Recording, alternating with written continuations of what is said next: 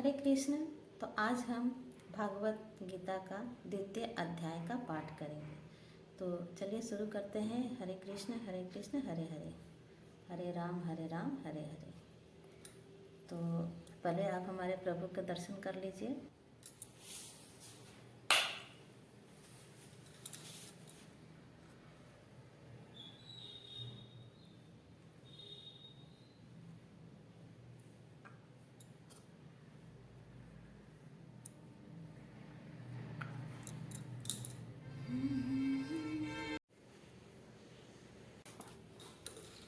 गीता सार अध्याय 2।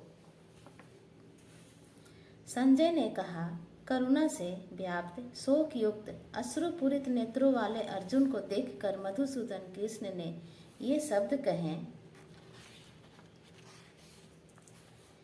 श्री भगवान ने कहा, हे अर्जुन, तुम्हारे मन में यह कलमश आया कैसे? यह उस मनुष्य के लिए तनिक भी अनुकूल नहीं है जो जीवन के मूल्य को जानता हो। इस उच्च लोक की नहीं अपितु अपयश की प्राप्ति होती है।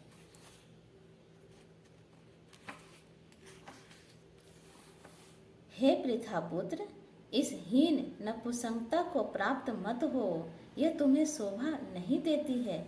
हे शत्रुओं के दमन करता, हृदय की क्षुद्र दुर्बलता को त्याग कर युद्ध के लिए खड़े हो।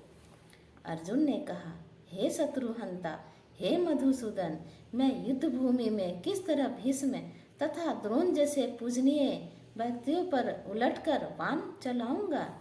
ऐसा अर्जुन कहते हैं, अपने मन के व्यथा को कह रहे हैं। ऐसे महापुरुषों को जो मेरे गुरु हैं, उन्हें मारकर जीने की अपेक्षा इस संसार में भीख मांग कर खाना अच्छा है।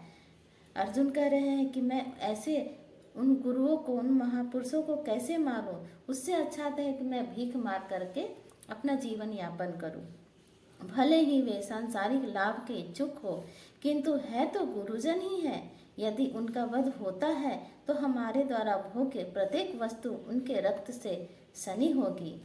ये अपने मन का क्षोभ बता रहे हैं अर्जुन कि यदि वो युद्ध में जीत भी जाते हैं तो उनकी जो भी भोग की जो वस्तु है वो उनके प्रियजनों, उनके गुरुओं के रक्त में सनी होगी। हम यह भी नहीं जानते हैं कि हमारे लिए क्या श्रेष्ठ है, उनको जीतना या उनके द्वारा जीते जाना। यदि हम धृतराष्ट्र के पुत्रों का वध कर देते हैं तो हमें जीवित रहने की आवश्यकता नहीं है। फिर भी वे युद्ध भूमि में हमारे समक्ष खड़े हैं। अब मैं अपनी कृपण दुर्बलता के कारण अपना कर्तव्य भूल गया हूँ और सारा धैर्य खो चुका हूँ। ऐसी अवस्था में मैं आपसे पूछ रहा हूँ कि जो मेरे लिए श्रेयस्कर हो उसे निश्चित रूप से बताएं। अब मैं आपका शिष्य हूँ और आपका शरणागत हूँ, कृपया मुझे उपदेश दें। अब अर्जुन कह रहे हैं कि उन्हें समझ में नहीं आ रहा है कि उनके लिए क्या श्रेयस्कर होगा। तो कृपया, मैं आपका शिष्य हूँ, मैं आपके शरणागत हूँ, आप मुझे उपदेश दें कि मेरे लिए क्या सही होगा और क्या नहीं। मुझे ऐसा कोई साधन नहीं दिखता जो मेरी इंद्रियों को सुखाने वाले इस शोक को दूर कर सके। स्वर्ग पर देवताओं के अधिपति की तरह इस धन्य धान्य संपन्न सारी पृथ्वी पर निष्कंटक राज्य प्राप्त करके भी मैं इस शोक को दूर नहीं कर सकूंगा। ऐसा अर्जुन कह रहे हैं। फिर संजय सुनाते हैं, कहते हैं कि इस प्रकार कहने के बाद शत्रुओं का दमन करने वाला अर्जुन कृष्ण से बोला, हे गोविंद, मैं युद्ध नहीं करूंगा, और चुप हो गया। ऐसा कहकर वो युद्ध चुप हो गया। हे भरतवंशी, उस धृतराष्ट्र कहते हैं कि हे भरतवंशी, उस समय दोनों सेनाओं के मध्य शोकमग्न अर्जुन से कृष्ण ने मानो हंसते हुए ये शब्द कहे। श्री भगवान कह रहे हैं कि तुम पांडित्यपूर्ण वचन कहते हुए उनके लिए शोक कर रहे हो जो शोक करने योग्य नहीं है। जो विद्वान होते हैं वे न तो जीवित के लिए न मृत के लिए शोक करते हैं। कृष्ण भगवान कह रहे हैं कि तुम इतने पांडित्यपूर्ण वचन कहते हुए उनके लिए शोक कर रहे हो जो शोक करने योग्य ही नहीं है। जो विद्वान होते हैं वे न जीवित के लिए शोक करते हैं न मृत के लिए करते हैं। ऐसा कभी नहीं हुआ है कि मैं न रहा हूँ, यह न तुम न रहे हो अथवा ये समस्त राजा न रहे हो, और न ऐसा है कि भविष्य में हम लोग नहीं रहेंगे। ऐसा श्री कृष्ण कह रहे हैं। जिस प्रकार शरीरधारी आत्मा इस वर्तमान जो ये शरीर है उसमें बाल्यावस्था से तरुणावस्था में और फिर वृद्धावस्था में निरंतर अग्रसर होता रहता है, उसी प्रकार मृत्यु होने पर आत्मा दूसरे शरीर में चला जाता है। धीर व्यक्ति ऐसे परिवर्तन से मोह को प्राप्त नहीं होता है। श्री कृष्ण कह रहे हैं कि ये जो हमारा शरीर है वर्तमान में ये बाल्यावस्था में था, फिर तरुणावस्था में, फिर वृद्धावस्था को निरंतर आगे बढ़ता ही रहता है। शरीर अपने एक वर्तमान समय में नहीं रहता है। वैसी स्थिति में मृत्यु होने पर आत्मा एक शरीर से दूसरे शरीर में चला जाता है। तो जो समझदार व्यक्ति होते हैं वे इस परिवर्तन से मोह को नहीं प्राप्त करते हैं। हे कुंती पुत्र, सुख तथा दुख का क्षणिक उदय तथा काल क्रम में उनका अंतर्ध्यान होना सर्दी तथा गर्मी की ऋतुओं के आने जाने के समान है। श्री कृष्ण कह रहे हैं कि हे कुंती पुत्र, सुख और दुख का क्षणिक उदय जो आता है काल क्रम में उनका अंतर्ध्यान होना सर्दी और गर्मी की ऋतुओं की ही समान होता है। हे भरतवंशी, वे इंद्रिय बोध से उत्पन्न होते हैं और मनुष्य को चाहिए कि अविचल भाव से उनको सहन करना चाहिए। हे पुरुष श्रेष्ठ, श्री कृष्ण भगवान कह रहे हैं कि हे पुरुष श्रेष्ठ अर्जुन, जो पुरुष सुख तथा दुख में विचलित नहीं होता और इन दोनों में संभाव रखता है वह निश्चित रूप से मुक्ति के योग्य है।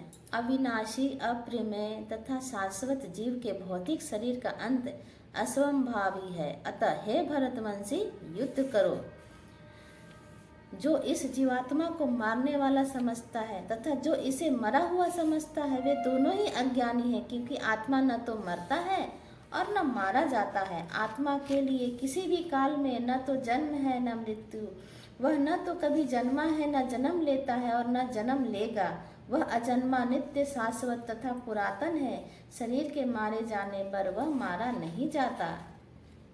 जिस प्रकार मनुष्य पुराने वस्त्र को त्याग कर नए वस्त्र धारण करता है, उसी प्रकार आत्मा पुराने तथा व्यर्थ के शरीरों को त्याग कर नवीन भौतिक शरीर धारण करता है।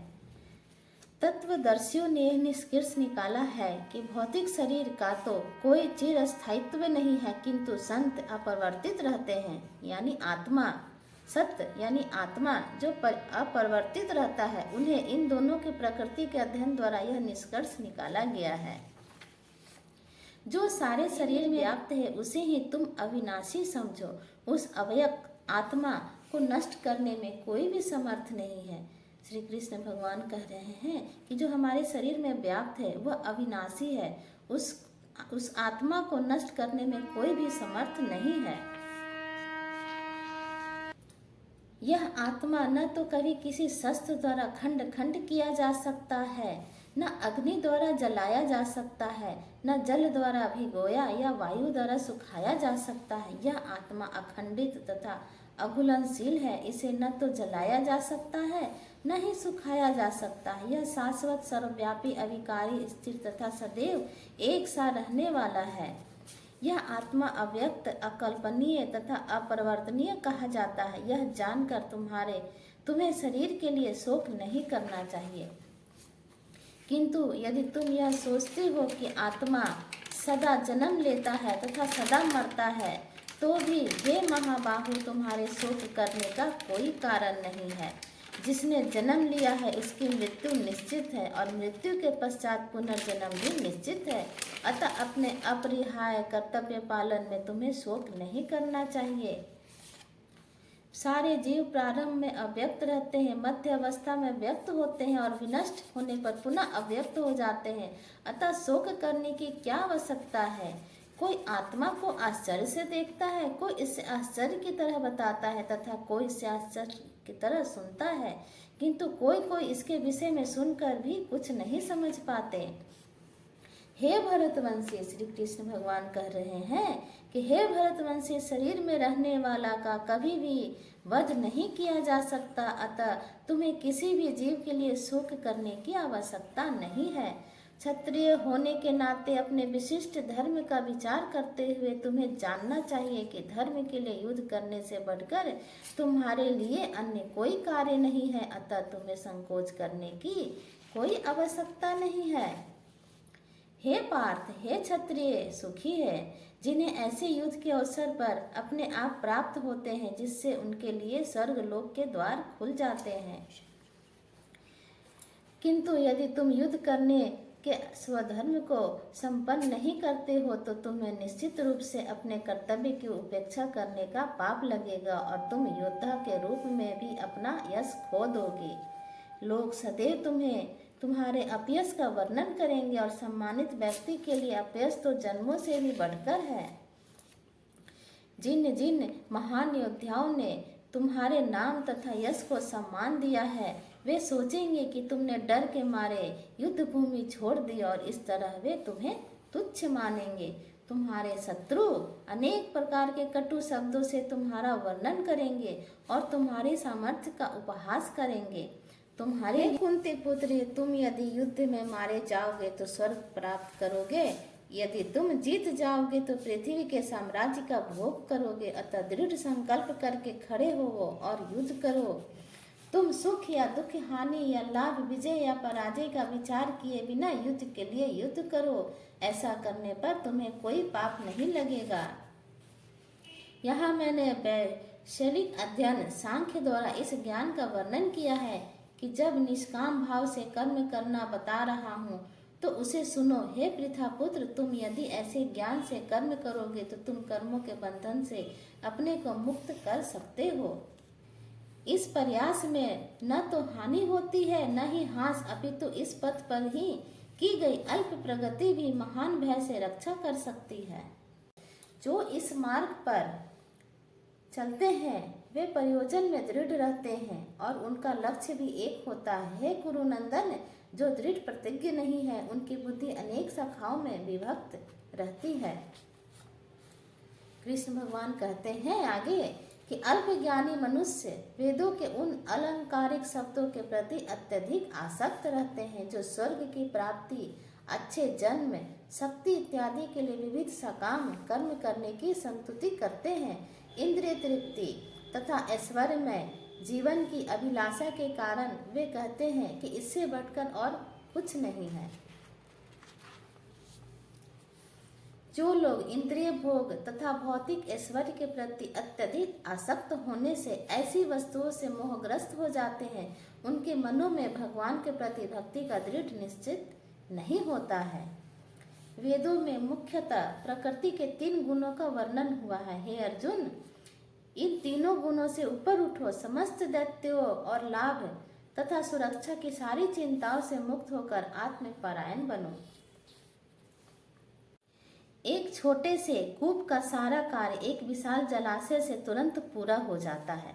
इसी प्रकार वेदों के आंतरिक तात्पर्य जानने वाले को उनके सारे प्रयोजन सिद्ध हो जाते हैं। तुम्हें अपना कर्म करने का अधिकार है, किंतु कर्म के फलों के तुम अधिकारी नहीं हो। तुम न तो कभी अपने आप को अपने कर्मों के फल का कारण मानो और न ही कर्म न करने में कभी आसक्त हो। हे अर्जुन, श्री कृष्ण भगवान कह रहे हैं कि हे अर्जुन, जय अथवा पराजय की समस्त आसक्ति त्याग कर संभाव से अपना कर्म करो, ऐसी समता योग कहलाती है। हे धनंजय, भक्ति के द्वारा समस्त ग्रहित कर्मों से दूर रहो और उसी भाव से भगवान के शरण ग्रहण करो। जो व्यक्ति अपने सकाम कर्म फलों को भोगना चाहते हैं वे कृपण हैं। भक्ति में संलग्न मनुष्य इस जीवन में ही अच्छे तथा बुरे कार्यों से अपने को मुक्त कर लेता है। अतः योग के लिए प्रयत्न करो, क्योंकि सारा कार्य कौशल यही है। इस तरह भगवत भक्ति में लगे रहकर बड़े बड़े ऋषि, मुनि अथवा भक्तगण अपने आप को इस भौतिक संसार में कर्म के फलों से मुक्त कर लेते हैं। इस प्रकार वे जन्म मृत्यु के चक्र से छूट जाते हैं और भगवान के पास जाकर उस अवस्था को प्राप्त करते हैं जो समस्त दुखों से परे है। अर्जुन ने कहा, हे कृष्ण, अध्यात्म में लीन चेतना वाले व्यक्ति के क्या लक्षण है, वह कैसे बोलता है तथा उसकी भाषा क्या है, वह किस तरह बैठता है और चलता है। श्री भगवान ने कहा, हे पार्थ, जब मनुष्य मनोधर्म से उत्पन्न होने वाली इंद्रिय तृप्ति की समस्त कामनाओं का परित्याग कर देता है और जब इस तरह से विशुद्ध हुआ उसका मन आत्मा में संतोष प्राप्त करता है तो वह विशुद्ध दिव्य चेतना को प्राप्त कहा जाता है। जो त्रय तापों के होने पर भी मन में विचलित नहीं होता अथवा सुख में प्रसन्न नहीं होता और आसक्ति, भय तथा क्रोध से मुक्त है, वह स्थिर मन वाला मुनि कहलाता है। इस भौतिक जगत में जो व्यक्ति न तो शुभ की प्राप्ति से हर्षित होता है और न अशुभ के प्राप्त होने पर उसे घृणा करता है, वह पूर्ण ज्ञान में स्थिर होता है। जिस प्रकार कछुआ अपने अंगों को संकुचित करके खोल के भीतर कर लेता है, उसी तरह जो मनुष्य अपनी इंद्रियों को इंद्रिय विषयों से खींच लेता है वह पूर्ण चेतना में दृढ़ता पूर्वक स्थिर होता है। देहधारी जीव इंद्रिय भोग से भले ही निवृत्त हो जाए, उसमें इंद्रिय भोगों की इच्छा बनी रहती है, लेकिन उत्तम रस के अनुभव होने से ऐसी कार्यों को बंद करने पर वह भक्ति में स्थिर हो जाता है। हे अर्जुन, इंद्रिय इतनी प्रबल तथा वेगवान है कि वे उस विवेकी पुरुष के मन को भी बलपूर्वक हर लेती है जो उन्हें वश में करने का प्रयत्न करता है। जो इंद्रियों की पूर्णता वश में रखते हुए इंद्रिय संयमन करता है और चेतना को मुझ में स्थिर कर लेता हुआ मनुष्य स्थिर बुद्धि कहलाता है। इंद्रिय विषयों का चिंतन करते हुए मनुष्य की उनमें आसक्ति उत्पन्न हो जाती है और ऐसी आसक्ति से काम उत्पन्न होता है। फिर काम से क्रोध प्रकट होता है, क्रोध से पूर्ण मोह उत्पन्न होता है और मोह से स्मरण शक्ति का विभ्रम हो जाता है। जब स्मरण शक्ति भ्रमित हो जाती है तो बुद्धि नष्ट हो जाती है और बुद्धि नष्ट होने पर मनुष्य भवकूप में पुनः गिर जाता है। किंतु समस्त राग तथा द्वेष से मुक्त एवं अपनी इंद्रियों को संयम द्वारा वश में करने में समर्थ व्यक्ति भगवान की पूर्ण कृपा प्राप्त कर सकता है। इस प्रकार से कृष्ण भावनामृत में तुष्ट व्यक्ति के लिए संसार के तीनों ताप नष्ट हो जाते हैं और ऐसी तुष्ट चेतना होने पर उसकी बुद्धि शीघ्र ही स्थिर हो जाती है। हे कृष्ण, भावनामृत में परमेश्वर से संबंधित नहीं है। जो कृष्ण भावना में परमेश्वर से संबंधित नहीं है उनकी न तो बुद्धि दिव्य होती है और न ही मन स्थिर होता है। जिसके बिना शांति की कोई संभावना नहीं, शांति के बिना सुख हो भी कैसे सकता है। जिस प्रकार पानी में तैरती नाव को प्रचंड वायु दूर बहा ले जाती है, उसी प्रकार विचरणशील इंद्रिय में से कोई एक जिस पर मन निरंतर लगा रहता है मनुष्य की बुद्धि को हर लेती है। अतः हे महाबाहु, जिस पुरुष की इंद्रिय अपनी अपने विषयों से सब प्रकार से विरक्त होकर उसके वश में है, उसी की बुद्धि निसंदेह स्थिर है। जो सब जीवों के लिए रात्रि है वह आत्म संयमी के जागने का समय है और जो समस्त जीवों के जागने का समय है वह आत्मनिरीक्षण मुक्ति के मुनि के लिए रात्रि है।